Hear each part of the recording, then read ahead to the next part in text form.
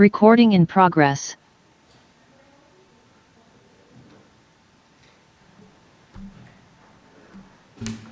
All right, everybody. Good evening. Is that real loud, or is that just me? It's all right? Okay. Welcome to the meeting of the Mayor and Council of Princeton, New Jersey. It is May 28th, 2024. Could we have the meeting statement, please? Adequate notice of this meeting was provided in accordance with the requirements of the Open Public Meetings Act, including the time, date, and location of the meeting. In addition, the agenda and all related materials were posted electronically and made available to the public on Princeton's meeting portal in advance of the meeting. Thank you very much. David's going to do the land acknowledgement tonight. We gather today on the land of the Lenape. As members of the Princeton community, we aspire to show appreciation, respect, and concern for all peoples and our environment. We honor the Lenape and their indigenous caretakers and other indigenous caretakers of these lands and waters, the elders who lived here before, the indigenous today, and the generations to come. Thank you. Okay, we have roll call, please. Ms. Perone-Lambros? Here. Ms. Niedergang? Here. Mr. Cohen? Here. Ms. Sachs? Here. Ms. Fraga? Mr. Newland? Here. Mayor Frida? Here. You have quorum. Thank you. If you'd like to stand and join us in the Pledge of Allegiance. I pledge allegiance to the flag of the United States of America and to the republic for which it stands, one nation, under God, indivisible, with liberty and justice for all. Okay. All right, let's start with council announcements, reports, that sort of stuff. Yes, Eve. This is probably an illegal announcement since we're introducing an ordinance later that I won't be here for the hearing. I just want to extend some thanks now. Wait a minute, you're going to make comments on something we're going to introduce? You can't do that. Even just to No. say thank you. No, because that's starting a public hearing, basically.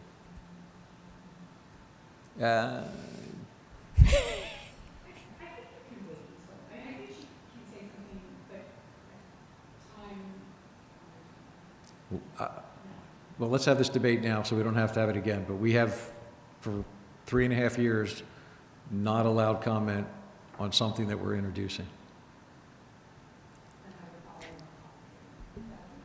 Yeah, because we're basically telegraphing to people ahead of time.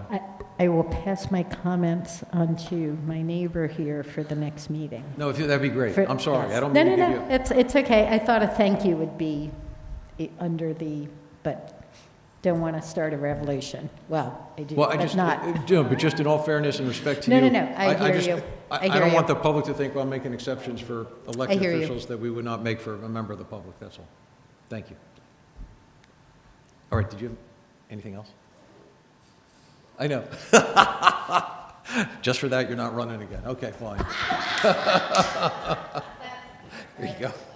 Michelle? I just want to mention that the start of the summer season at the Recreation Department is upon us, which is exciting. And there are financial aid available for those economically disadvantaged residents of town. So the fee can be waived or reduced for both the swim classes, the camps, as well as pool membership. So I just wanted to mention that and remind people that it's available, and encourage everyone to join if you can. Thanks. Thank you. Other council comments or reports? Okay. Seeing none of those. Anything at the staff level before we get to the police report? Okay. Lieutenant, anything on the police monthly report you want to point out? Thank you, Mayor. Just two kind of quick things. I think one is, see, in the month of April, we did our annual Wheels Rodeo. It's always a great event with kids in the community coming together. So I just wanted to highlight that. And that even went a little bit more this year. We were at some of the elementary schools before and after doing some bike safety and some other programs about walking and riding bikes to school to our community children. So I think that all kind of fits together and something to highlight for the community. But that's it. Thank you. Are there any council questions on the monthly police report? David? Yeah, not so much a question. I just wanted to comment. I was pretty pleased that the accidents seem to be down a little bit this year, and the summonses are up. And without jumping to conclusions, I want to thank the police officers for getting a little stricter with the enforcement of our traffic rules. I think it's paying off. Thank you, David. Any other? Leighton? Yeah, I just wanted to piggyback on what David said. I also noticed an uptick in some of the summons, and it appears that we are getting tougher on careless driving and people driving while texting and that sort of thing. So I just wanted to give the police officers and the hierarchy a shout out about keeping our town safe and safe for people. Thank you. Thank you. Yeah, Eve? Am I allowed? I just wanted to say another thank you, but I think this one is, as we all know here, Lieutenant Gehring is retiring in August. I don't know if he'll be back here, so I just want to extend an official thank you from here for all your hard work over the last 25 and a half years. He's now approaching 30, so, you know. Anyway, so just a thank you. Hear, hear. Yeah, really. Thank you, Ben. Any other? Mia? I just wanted to echo that. And Lieutenant Gehring, you probably don't remember, but you helped me fit my son figure out how to fit him into the car seat, which for me was challenging. And he's still alive, so I have you to thank. So thank you. It's true. There you go. Success. All right. Any other questions on the police report? Okay. Isaac, Experience Princeton. Good evening, Your Honor. Isaac Kramer, Executive Director of Experience Princeton. In the spirit of keeping things moving, I only have 4 things we worked on last month, 4 that we're working on this month, and then 1 big item I want to bring to your attention. So to lead off, really pleased to report at the start of May, we attended the Main Street Now conference in Birmingham, Alabama. A big success. We were able to take 1 volunteer with us, Marina Rubina. Our session on mental health was standing room only and very well received by all the people in attendance. We made connections with leaders at both the state and the national level, and we're able to speak about our upcoming Main Street, New Jersey community designation application that's now under review. So all in all, it was very successful. Just after coming back, I filmed a promotional video with Sustainable Jersey on an energy audit and upgrade program. The audits are going to be free and non-binding. Businesses are eligible to get them, and it also connects them with resources to improve their HVAC, lighting, equipment, etc. So look for the video to come out, and we'll be getting behind that program and pushing it along with other local partners in the municipality. Next up, the Nassau Street tree well plantings were refreshed with support from volunteers in our streetscapes team, and it just shows the attention to details and making sure we're keeping the town looking the best it can. And last but not least, and you may see in front of you, the Discover Central New Jersey print and digital map has been released, and Princeton is very well represented this year with 10 of the 20 farm-to-table restaurants just in the downtown alone, plus an additional restaurant on Witherspoon Street and 2 more in Princeton Shopping Center. So that gives us the majority of farm-to-table restaurants in the 4-county area that are promoted here, and we help to facilitate that and make it happen. It's just one of the many points of pride that we want to put out to the world. With that, things that we're working on this month, we have a volunteer who's stepped up to help with garbage and cleanliness issues, and it was really impressive. A longtime business owner, he came to me with his list of all the items he wants to work on. I said, great, let's form a team around you and we're going to work on it together. Our next check-in's in a week. So if you know of anyone who's really into garbage and cleanliness, we got a place for you. Next up, we have a prospect looking to fill the former Greek Cafe space at 200 Nassau Street.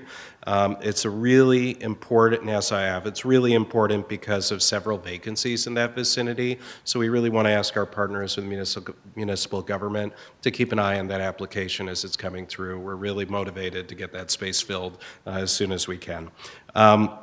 We're also finalizing a budget and bringing it forward for the mayor and council to vote on.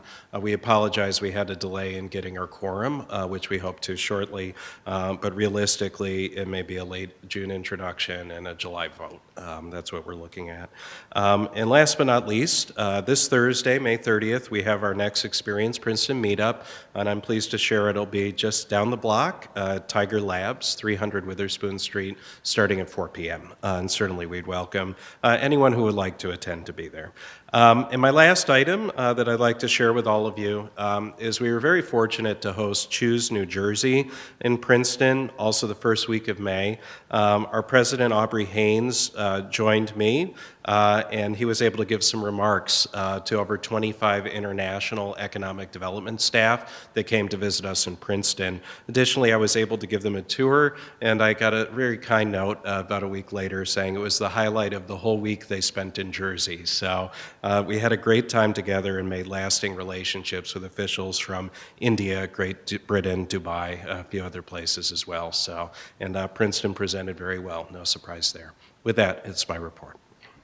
Thank you, Isaac. Any questions for Isaac? Michelle? I have a comment and a question, and thank you, Isaac. I just wanted to comment and share that I was speaking with Brad Fay, who does Discover Central Jersey. In fact, he kind of was the designee originally, who was kind of his brainchild to bring that forward. But he shared something that I thought was really interesting. He really believes that Princeton is well ahead of anywhere in New Jersey as far as farm-to-table restaurants. So this is really something that we can really be proud of, but we could also really look at this in terms of tourism and how to develop a marketing around that. So that's really, I thought it was really interesting.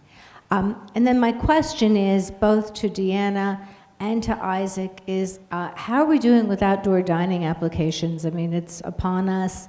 I'm seeing some outdoor dining. I mean, hopefully we're getting the word out in terms of the new ordinance, the new application process, and so that's kind of to both of you. Thanks. I just have a quick comment.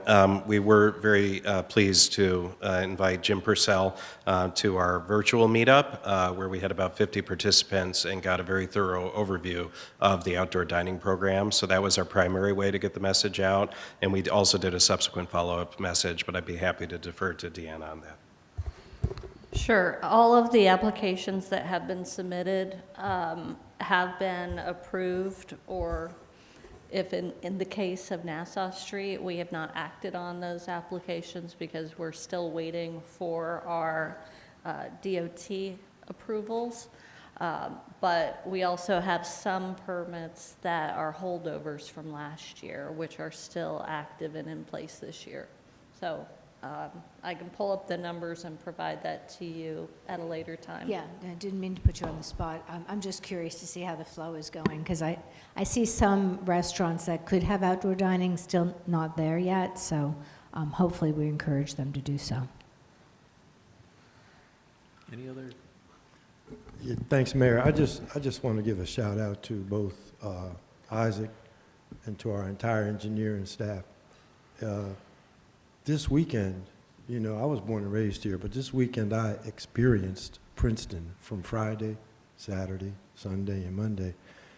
From the Memorial Day Parade, which we walked in, and our dogs walked in, to the fireworks at the university, to getting up and around Princeton, Witherspoon Street, Nassau Street.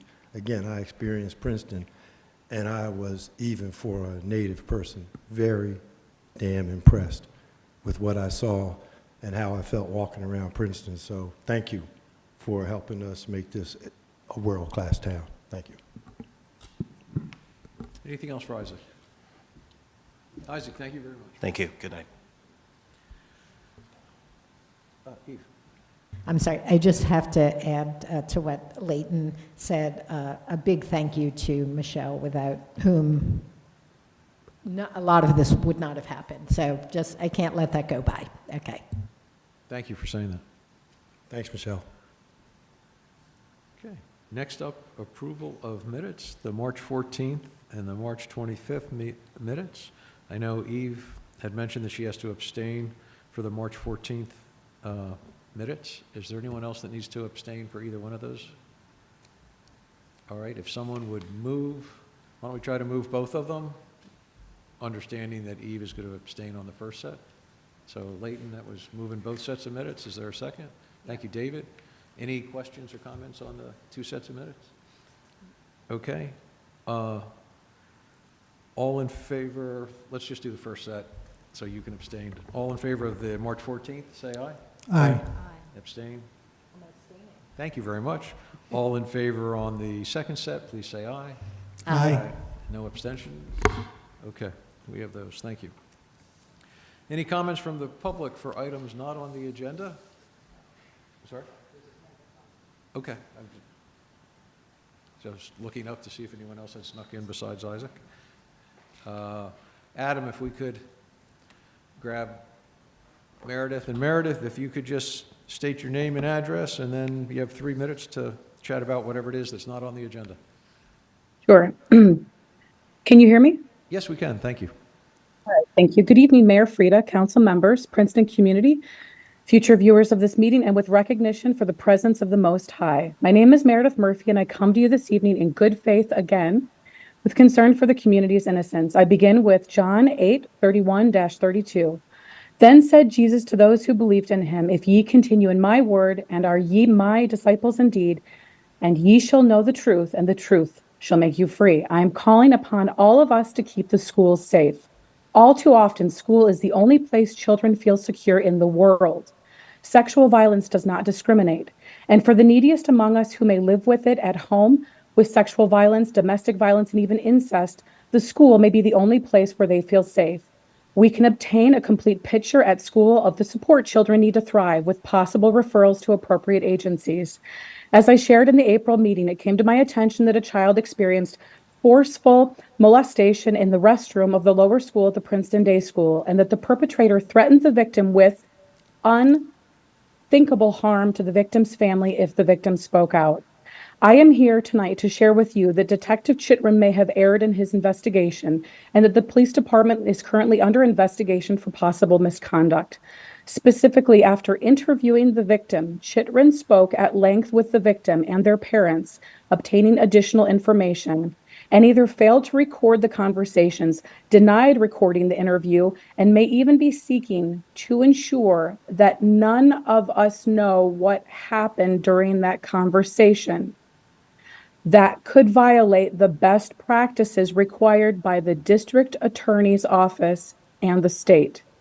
The victim's family contacted Chief Tash asking for more information on why they had been misled regarding the videotaping, at which time Tash stopped communicating with the family and the victim. The victim and their family do not need the burden of police misconduct. Because the assault occurred during former head of school Paul Stellato's administration, someone informed him. I understand he has not willingly offered his cooperation with the district attorney's office. This should concern the community as he continues to work with young children now in New York State. Therefore, I urge you, Mayor Frida, council members, Princeton community, and future viewers to call upon the children of the Princeton Day School to speak the R-rated truth. Ask if there have been additional victims. Call upon the current head of the Princeton Day School, Kelly Nicholson Flynn, its board, trustees, alumni, parents, affiliates, faculty, and staff to place the identified offender on a precautionary administrative leave for the safety of the community and its children. Let us not look back on this meeting and ask what we could have done to protect innocent children, but let us prayerfully find a way to protect them immediately. Here's my word, know the truth, that we as a community can be free of this perpetrator. Thank you. Thank you, Meredith. Thank you. Yes. Okay. Is there any, I can't see the screen. Any other hands? No other hands up. Okay, I'll close the public hearing, or the public comment section. And next up, we have a public hearing on ordinance 2024-26, an ordinance by the municipality of Princeton increasing Princeton sewer service charges and amending the code of the Borough of Princeton, New Jersey, 1974.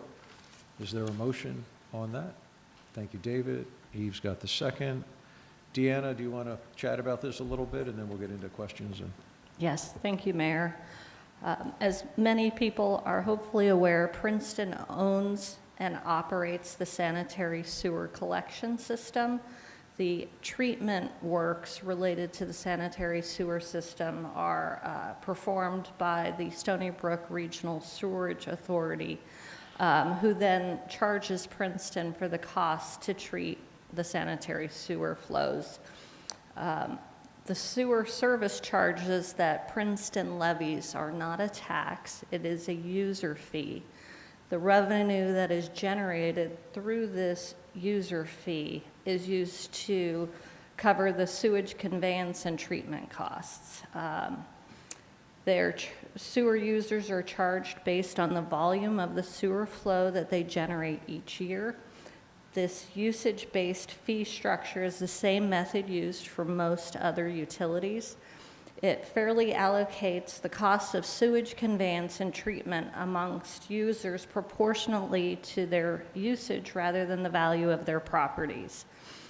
It also means that the tax-exempt users, such as schools and church, are also paying their fair share of the sewer conveyance and treatment costs. This system also allows users to effectively reduce their sewer bill by reducing their water usage. In 2022, Council supported a plan to spend $30 million over the next 10 years to catch up on deferred maintenance and replacement work on the sewer system, and the fees that are the revenue generated through these fees will help pay for that improvement cost. Work included in this spending plan is upgrading all of our sanitary sewer pump stations and inflow and infiltration prevention projects. So with the ordinance before you, we are recommending an increase for the first 2,000 CCF, which is 100 cubic feet, which is equal to 748 gallons, for the price to go from $7.10 to $8. For the next, from 2001 to 5,000 CCF, the cost would go from $10.25 to $10.80. Over 5,000 CCF, the sewer rate would increase from $12.25 to $14. So for the average residential user, they would see their annual sewer fee, their total bill for the year increasing from approximately $470 for the year to $528. That's an increase of $60. And so that's what you have before you tonight. We will be looking over the next year, working with our attorneys to see if there are other upgrades or improvements needed to the ordinance where we can look at adjustments for affordable housing and any other state upgrades in legislation. But at this point, it is solely an increase in the rate so that we can raise the revenue needed to make these most necessary improvements to the sewer system. Thank you, Deanna. David? Yeah, the question I have is about whether or not we have plans for monitoring the improvements in inflow and infiltration that should come out of these investments, with an eye towards either keeping sewer rates flat or even reducing them at some point over the coming years as we're making those investments.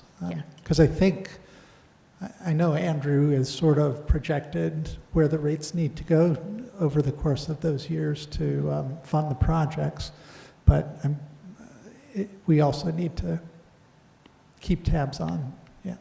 Yes, yes, we don't want to over-generate revenue, right? We want enough that we are covering our costs without going over or under by too much. So with, we have mini system 35 under construction right now. We did not do any flow monitoring prior to the project, but we do have the new project, mini system 36, which we have the public meeting on Thursday night for. We have been doing flow monitoring on that system. And so after construction is completed on that system, we will do flow monitoring again so that we can see the effectiveness of the treatment plan put in place. Great. Eve?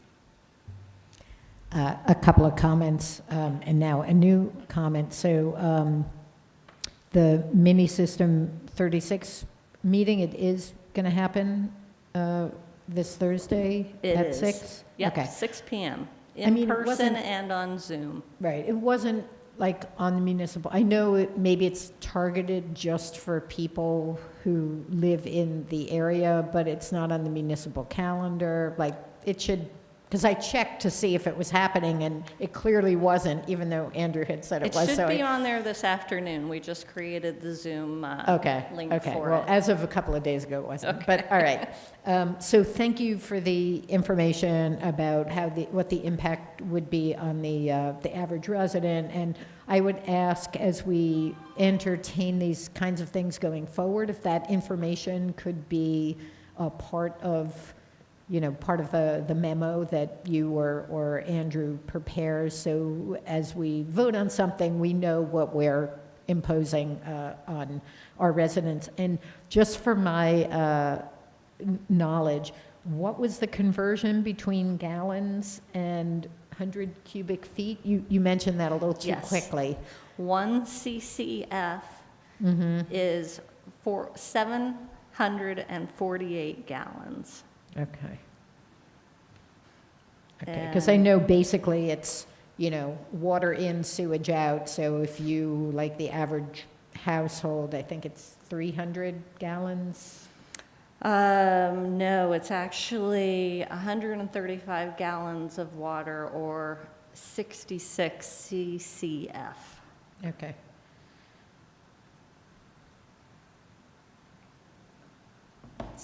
How many?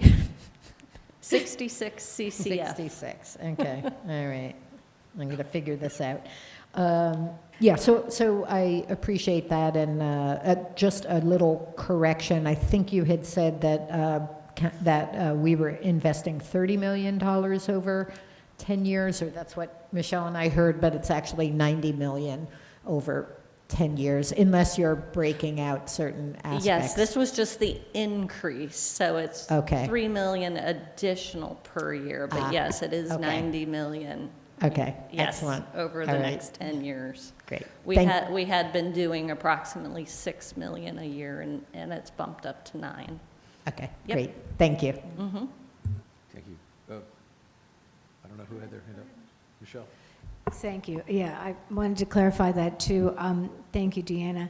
And I think to David's point too, we do want to track, and I know it's going to be difficult to track where the savings are, but there has been deferred maintenance, so we're doing a lot of extra right now so that we can bring the cost down, because I don't know what the percentage is, but there's a lot of rainwater going through our system that, is not efficient, to say the least. And I just wanted to mention too that we do have a university contribution of $7.5 million at some point in the next couple of years, where they will help pay, they will pay for trunk lines A and B, maybe B wholly, something like that, if I recall. And that's an important contribution, because that will be money up front that we won't have to dip into that particular sewer income, so to speak, revenue. So Yeah. I don't know if you want to elaborate on that. B and C, And C. that's actually one of the agenda items later on, is an increase to one of the consultant contracts to expedite their services so that we can do inspections of the trunk line, so that we can then have a better picture of the existing condition and what improvements are needed, and working with the university to see what their future flow contribution will be to those lines as well. Yeah, that's And- wonderful. And whether or not we'll need to upgrade the size of those trunk lines to accommodate their growth. Yeah, Yeah. that's really smart to look at the future because of the increases that they'll have and all the development that they're doing on campus, as well as the fact that if it works for our engineering department, their engineers are willing to help and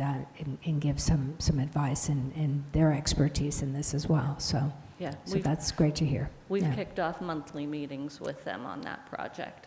Terrific. Yeah. Thanks. Thank you. Leah? I'm just going to echo what Michelle said, which was pretty much what I was going to say, but, it's never easy to vote for any increase, but we are doing what I think many of us throughout the state wish New Jersey Transit had done a long time ago, which is digging in and proactively grappling with decades of deferred maintenance, which was the case with our sewer system. And it's something that the current council has inherited. David Goldfarb, going to give David another shout out, has been asking for the governing body in Princeton to do what we are doing now, which is to take charge of our sewer system so that our taxpayers are not paying for the processing of rainwater, which is, from a sustainability perspective and an economic productivity perspective, really a counterproductive thing for us to pay for. So we are fixing our sewer system little by little, and yes, thank you to the university for their contribution. Infiltration and inflow is, I think when you flush your toilet, you then pay for double what you have flushed. And that is not sustainable economically or environmentally.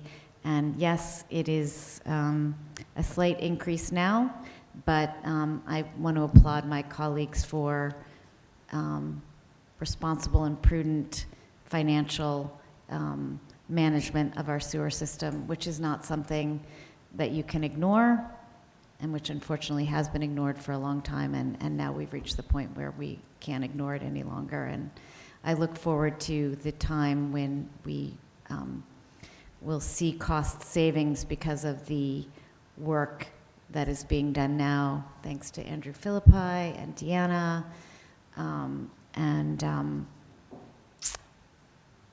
I think it's worth noting that it's an abbreviated time frame that this work is being done due to our willingness to step up the work and the university's contribution, and so it's all good. That's it. Any other questions or comments? Okay, let's have a roll call vote. Sorry? Oh, it's a public hearing. No. Well, there's nobody in this room. And on Zoom, I see one person. I don't know if you're there as a member of the public or a reporter, but Leah, do you have a comment on this? Thank you very much for reminding me. Okay, no hands are up and there's nobody in the room, so I'll close the public hearing, and can we have a roll call vote? Ms. Perone-Lambros? Yes. Ms. Niedergang? Yes. Mr. Cohen? Yes. Ms. Sachs? Yes. Mr. Newland? Yes. Carried. Thank you very much.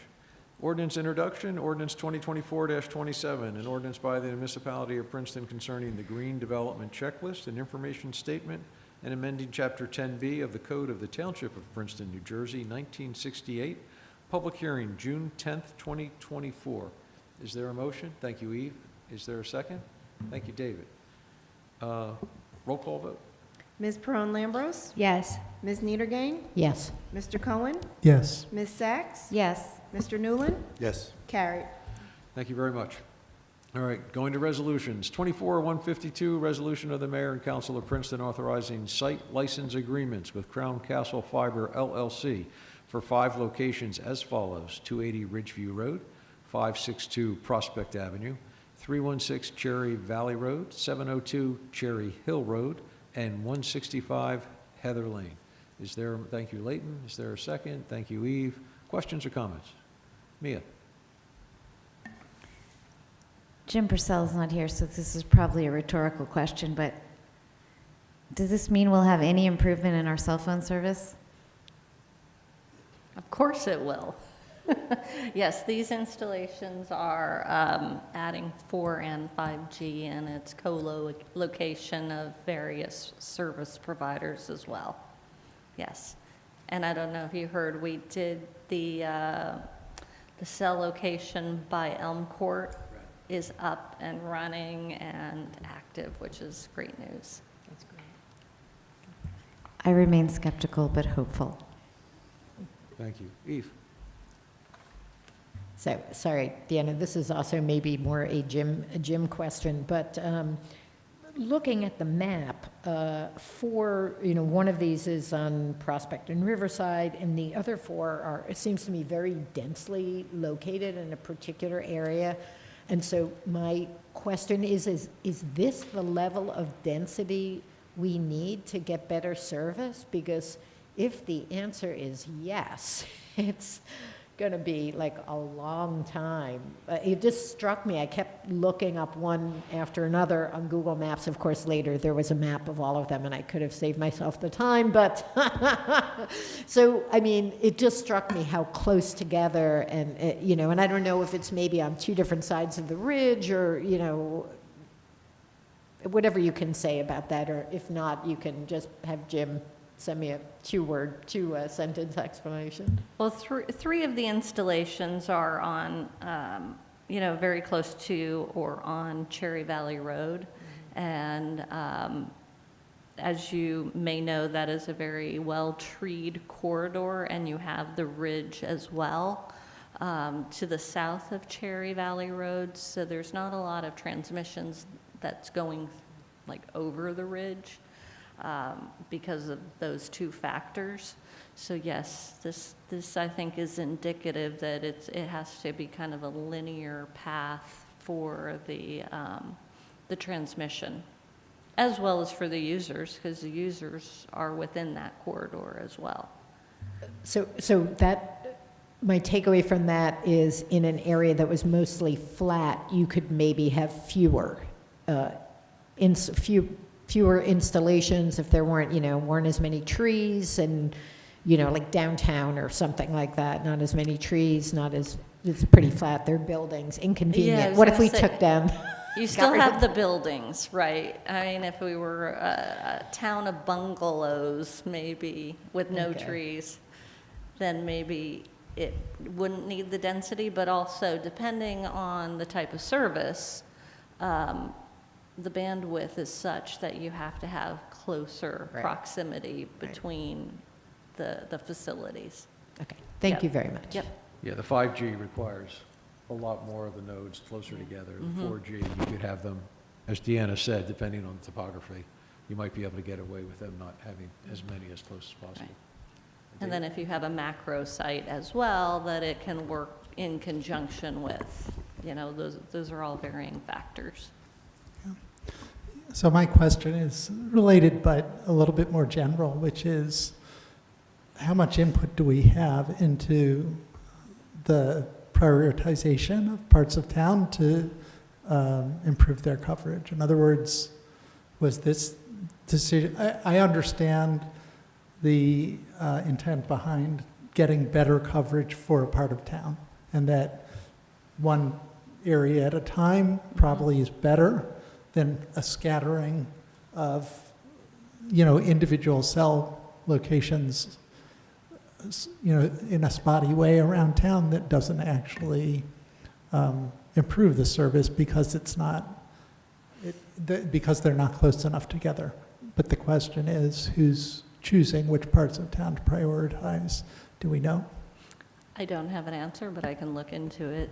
They do have our map of where we've had issues with service. And I know some of the packages of applications that have come in have been, say, more focused in a certain area. So like the last package that included Elm Court, that also had some other cell locations within that area. But we can get more information on how they prioritize it and if there's any ability for us to have input on it. Yeah, I believe at some point, we either got an email or explanation from Jim that this is part of like 30 applications for locations they're doing around town. And many of them are driven from that meeting a year or so ago where Verizon got a not so nice reception from the public. And so, but I think Crown Castle has stepped up more than Verizon.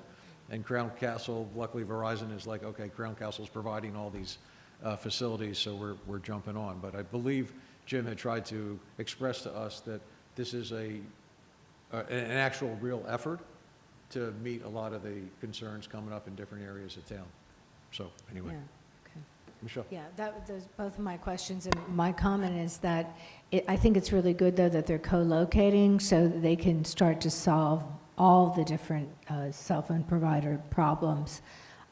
There's obviously other places that we know are dead zones, so hopefully those priorities we talked about a year and a half ago, are being considered. So, I think it's good. And look, I think it was good that Verizon came. I think it wasn't good that others didn't. That says a lot to me, and it should to the residents too. But I'm glad that Crown Castle's co-locating. That just seems like a much more cost-effective way and economically to do this. So thank you, Deanna and Jim. Thanks. Leighton. And Crown Castle. Mayor, yeah, I just wanted to say, as I read through it, I think there were 5 or 6 towers that were put up, and some of them were for Verizon, some of them were Sprint. A few of them were for Verizon, some of them were AT&T. But I do want to report that very shortly after the antenna was put up in the close proximity of Elm Court, immediately we got perfect feedback that this is really great. Now we can get in and get out in Elm Court and Harriet Bryan House. So I do want to let my colleagues and the mayor and Deanna know, thank you. It is working, and I think it'll only get better when we get more towers placed. Thank you. Thanks, Leighton. Eve. I just want to point out, and maybe this is par for the course, but one more point on maybe a sustainability is that all of these installations are on utility poles that already exist. So we're not adding to the kind of, streetscape pollution.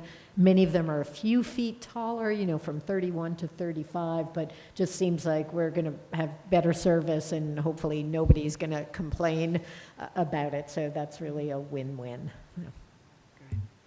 Any other questions or comments? All right, all in favor, please say aye. Aye. 24-153, resolution of the mayor and council authorizing the award of a contract to Cherry Valley Tractor Sales, Inc. for the purchase of a 4x4 utility vehicle with plow for $45,267.14, utilizing the Educational Services Commission of New Jersey number 65MCESCCPS Co-op, contract number 22/23-12. Is there a motion? Thank you, David. Leighton's got the second. Questions or comments? David. I just want to thank Tim Vanetta for the accompanying chart or table, which really let us know how old our trucks are, which ones are going to be replaced in which order. I really appreciated that additional level of information. Okay. Other questions or comments? All right, all in favor, please say aye. Aye.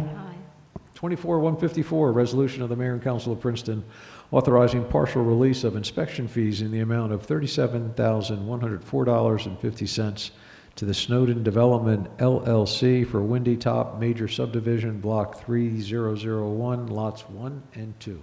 Is there a motion on that? Thank you, David. Leighton's got the second. Questions or comments?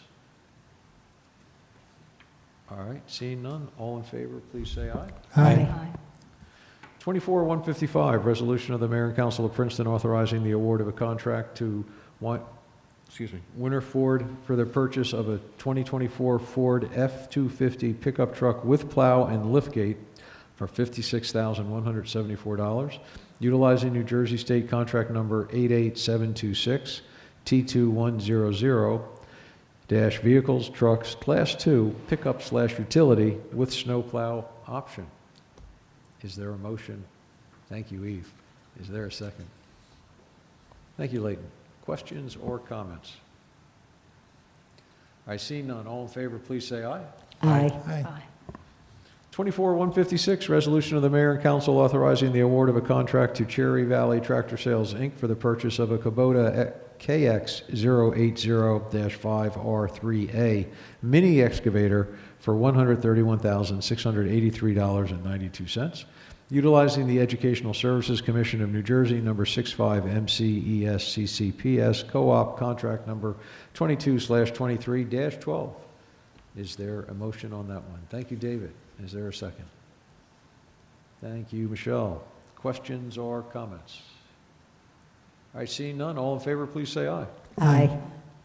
24-157, resolution of the Mayor and Council of Princeton authorizing an amendment to the term of the professional services agreement with M&E Engineers, Inc. for the design of HVAC improvements and related energy conservation measures at the 400 Witherspoon Street Municipal Building with no change to the contract total. Thank you, Leighton. Is there a second? Thank you, Eve. Questions or comments? All right, all in favor? Sorry, Mia? Just, Deanna, can you elaborate a little bit on this? Sure. So M&E Engineers is under contract with Princeton to provide design services to replace our existing air conditioning units with more energy efficient and better for the environment system of water-cooled chillers. As part of the work, there's also some upgrades to the boilers that will be made, and they will also be working to retrofit the lights, the overhead lights, with LEDs internal to the building, and we're working with PSE&G because we are eligible to get a refund or rebate on the work that we're doing, both with the HVAC as well as the light fixtures. And so with this contract, we had more time involved in putting together the design documents, but we're currently out to bid and anticipating receipt of bids mid-June. So hopefully we'll have something we can bring to you for a bid award.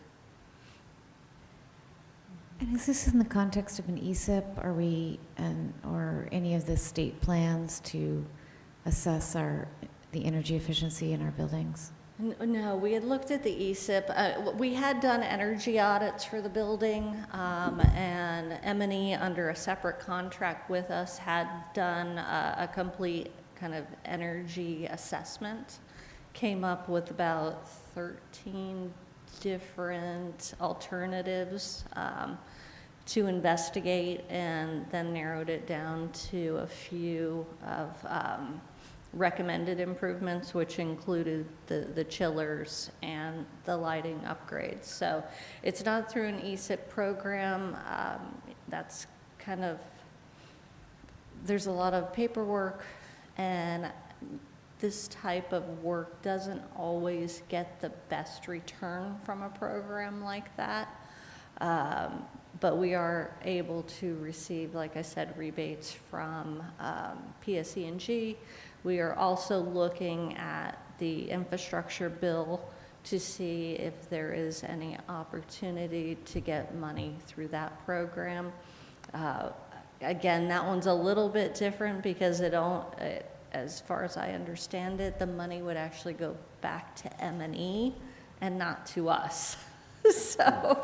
So at this point, it really is just the PSE&G program that we're looking to utilize to offset some of the cost. Okay, thanks. Any other questions or comments? Okay, all in favor, please say aye. Aye. 24-153, resolution of the mayor and council of Princeton authorizing an amendment to the term of the professional services agreement with Paul. 158. 158. 158. I'm sorry. You all right? You said 24-153. It's actually 24-. Oh, I said 153? You did. Wow. Okay. We got your back, Mayor. And I'm not even drinking tonight. I can't figure it out. All right, let me start over. Number 7 on the resolution list, 24-158, resolution of the mayor and council of Princeton authorizing an amendment to the term of the professional services agreement with Paulus Sokowski and Sator LLC for the design of Terhune Road Improvement Project with no change to the contract total. Is there a motion? Thank you, David. Michelle's got the second. Questions or comments? David.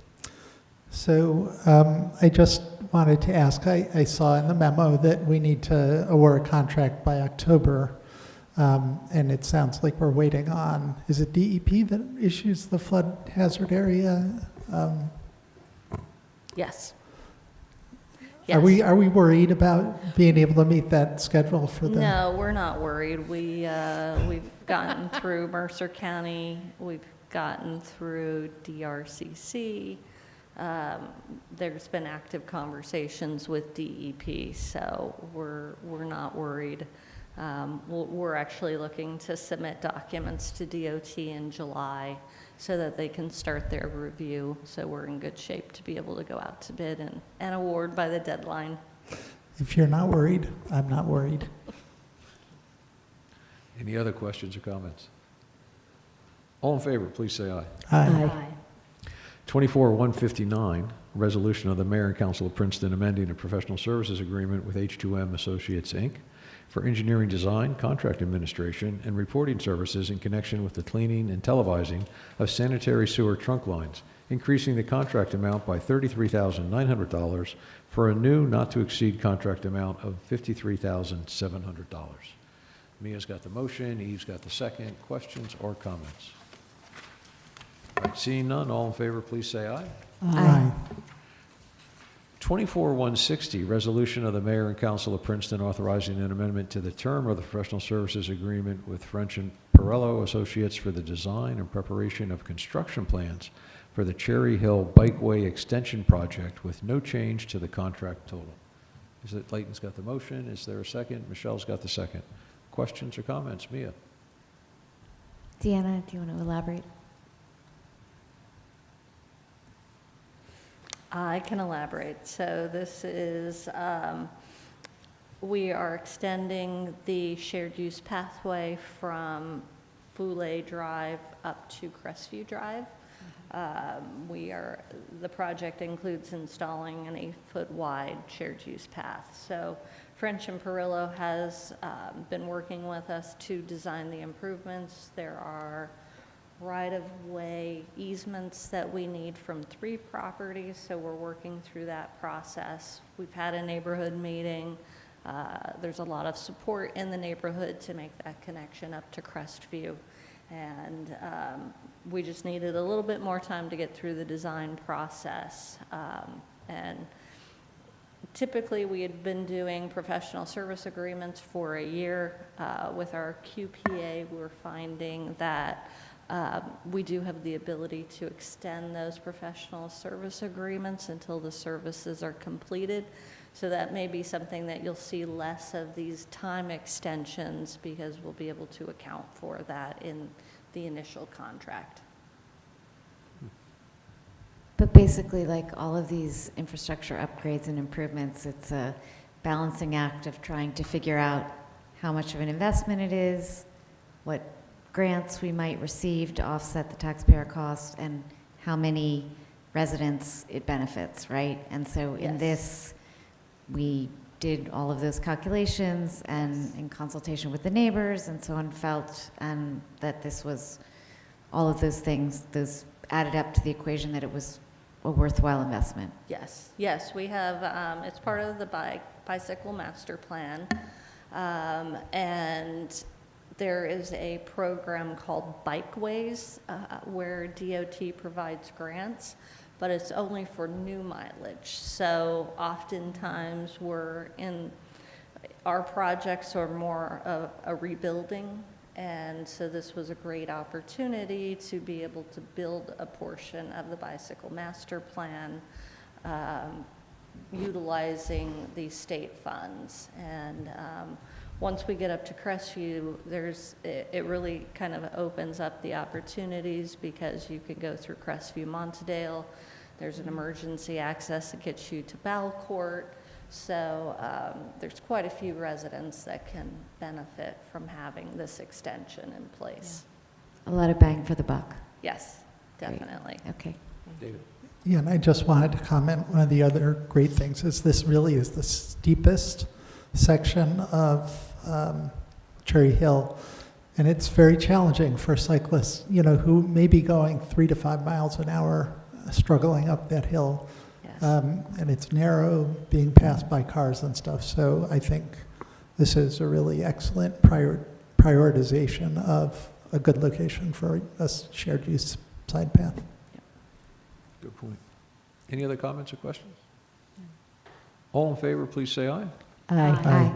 24161, resolution of the Mayor and Council of Princeton authorizing the execution of a cooperative agreement with the U.S. Department of Agriculture, National Institute of Food and Agriculture, and Office of Urban Agriculture and Innovative Production to develop and test municipal compost and food waste reduction plans and acceptance of grant funds in connection therewith. Thank you, Leighton, the motion. Eve with the second. Questions or comments? Eve? I just want to thank you, Deanna, and your staff and Sustainable Princeton. I know that from our conversations that these federal grants are a tremendous amount of work, but it's bringing in a lot of money for a project that we just simply couldn't, muster the tax dollars to do. So excited that we're going forward, and that Sustainable Princeton will be managing this, and we'll get through them hopefully really good community outreach in addition to what we can do, and we'll get good signups, and this will end up being a successful enterprise. So thank you. Mm-hmm. David? And in the spirit of kicking off that public outreach, I know I'm not reaching many people in the room tonight, but maybe there will be a few people who will watch the meeting afterwards on YouTube, on our YouTube channel. This is really fantastic because it gives us the opportunity, I think, for 12 new locations scattered around town, so that everybody who wants to get rid of their stinky compost will be able to do it close by to their homes. And I was just reflecting on this with my wife over dinner tonight. To me, this is actually a better solution than curbside composting, which we tried before and really was too expensive. It's fantastic because it's available to people who are living in multifamily housing. It's great even for people in a single family home, because you can take your compost anytime. If you generate something, a fish skin or whatever, and you know it's going to be smelly the next day, you can take it and dump it whenever is the right time for you, as opposed to having to wait a week or 2 weeks until the next curbside pickup. So, and it's free to residents, whereas they had to pay before.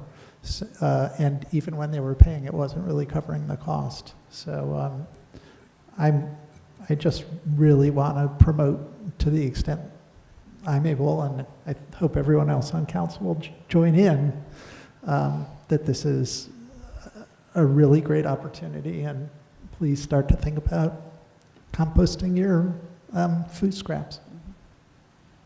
Thanks, I don't David. think we generate as many fish skins as you do in the Cohen household, David, but it's still worthwhile. Any other questions or comments? Just a comment, Tisha and I have been doing it, and it does work. It works well. It's reduced our traffic that we put in the bin, and I stop down here once or twice a week, and it really does work. Yeah. So not that many people here tonight, but we maybe try this again where we have more of an audience. Thank you. Thank you. All right, all in favor, please say aye. Aye. 24-162, resolution of the Mayor and Council of Princeton in support of an application for a Mobility and Transportation Innovation Program grant to fund the installation of real-time digital signage at 10 transit stop locations along the Princeton Muni Transit route. Mia has the motion, Michelle has the second. Questions or comments? Michelle? I have a comment. So, this is an excellent opportunity. I'm really glad that, we're taking advantage of this opportunity. And it may be an opportunity to collaborate with Experience Princeton, because it's early days, but there has been some interest in better wayfinding, perhaps digital kiosks, that type of thing. So there may be an opportunity to work together on this. So I think it's fantastic, and I applaud you once again for finding these opportunities for the town. Thank you. Thank you, Michelle. Eve? So I couldn't tell, is this money that we are either have or are confident in getting, or is this we're applying and we may or may not get it? What's the, I don't want to. I would hope to say that we're confident we'll get it. It's only available to Mercer County municipalities, so it's a more limited pool. I don't necessarily know the state of transit available in other municipalities. We did have a informal meeting with DOT to talk about the opportunity as well as the project we were proposing, and they seemed to be very supportive that it met the goals of the program to be innovative, to provide service to those that aren't necessarily able to use smartphones. So, Great idea, and I love Yeah. that, we're using the same system as the university, and that will, enable, a better exchange of information, hopefully. So, Yeah. thank you. You're welcome. And just as a spoiler alert to Michelle's comment, we are working with Arterial on the design of the Nassau Street improvements. And one of the things that they are proposing is to consider digital kiosks to replace the structured kiosks that we have at this point. So that may be coming sooner than you think to council for a discussion. Question is, how do we keep people from putting paper flyers on the screen? We had that exact conversation, and we're wondering if there's an opportunity to still have a paper system on the backside. We're looking Wow. at all options. Yeah, there are options, actually. So anyway, we'll talk about it. All right. Any other questions or comments on this resolution? I see none. All in favor, please say aye. Aye. 24-163, resolution of the Mayor and Council of Princeton authorizing affordable housing funding disbursement to RPM Development, LLC. Is there a motion? David, thank you. Is there a second? Thank you, Mia. Questions or comments? I guess I'm just excited that this project, which was actually the first one out of the gate in our third round affordable housing, and was sort of languishing, not making progress for years, is finally moving forward. So this is on Harrington Road, and if you're driving by, that's what's going up. Yeah. Thank you. Mia? It's not an insignificant chunk of change. It's $2.5 million. And I just have to point out that, in the trade-off with affordable housing, we have two options: inclusionary and municipally sponsored, which is 100% affordable. This is 100% affordable, 64 units. I think it's important for our residents to understand that they both have pluses and minuses, and in this instance, with the 100% affordable, much of the costs are often borne by the taxpayers, and so these are the taxpayers contributing to the construction of this to a not insignificant amount, and this $2.5 million was an additional contribution for the municipality so that we could be competitive in the tax credit financing competition. And this allowed us to win that, win the state tax credit financing, but it's, you know, it's not cheap. Affordable housing doesn't build itself, unfortunately. Other questions or comments? All right, see none. All in favor, please say aye. Aye. Next up is the consent agenda. If no one has any item they need pulled from the consent agenda, Eve is moving the entire consent agenda. Is there a second? Thank you, Michelle. All in favor, please say aye. Aye. Thank you. David, do you have a Can motion? I make a quick comment before David? I just want to point out many of these items on the consent agenda are the acceptance of grant opportunities, and just having a few minutes, I went through and I added it up, and it's $170,000. And I just again want to thank our staff, because without their keen eye on these types of things, you know, the costs for various programs would be borne by our taxpayers. So just, that's it. Thank you. Thank you. David? David? Yes, I move to adjourn. Thank you. Is there a second? Thank you, Michelle. All in favor, say aye. Aye. We're done. Have a good night. Thank you all.